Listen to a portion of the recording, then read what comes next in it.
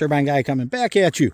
You may have the same problem I have right now where my 2007 Chevy, the headlights that are, 14 years old, are a little glazed over. Now, I polished them up once and that helped for a year or so. But sometimes it's time just to replace even headlight assemblies. Or you might even have what I have and have a cock-up on the headlight front.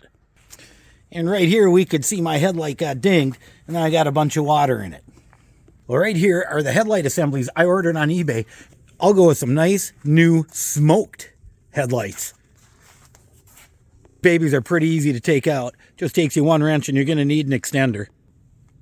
You have one bolt here, one bolt here, down on the side of the headlight, way up and under.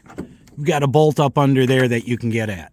All right, now once you get those bolts out, you gently wrestle this guy out of here. You got 4 bolts. You got your 2 headlights that you twist and undo.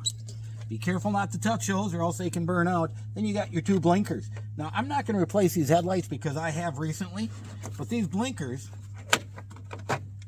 as you can see, are old and worn and never been replaced, so now is probably the time. As you can see, they're in and working fine. Nice and clear, no more fog on them headlights. Super duper Chevy, ready to hit the road again. Turbine Guy, signing off.